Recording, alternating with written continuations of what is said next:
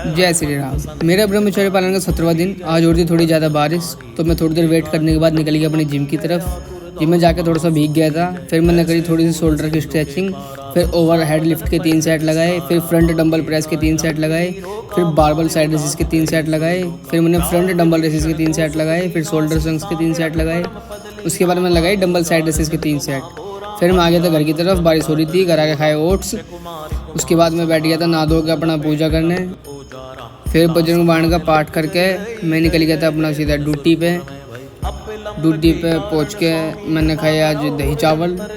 दही चावल खाने के बाद मैं शाम को आ गया था घर पे। घर पे आके मैंने मारी थोड़ी सी डिप्स। उसके बाद मैंने मारे थोड़ी सी एब्स की एक्सरसाइज। फिर मैंने मारे थोड़ी सी डंड मार के मैंने मारा डंबल कर्ल के मेरे बाद मैंने चेस्ट लगाई। फिर मैं लटक के अपना वर्कआउट कर दिया ख़त्म आज।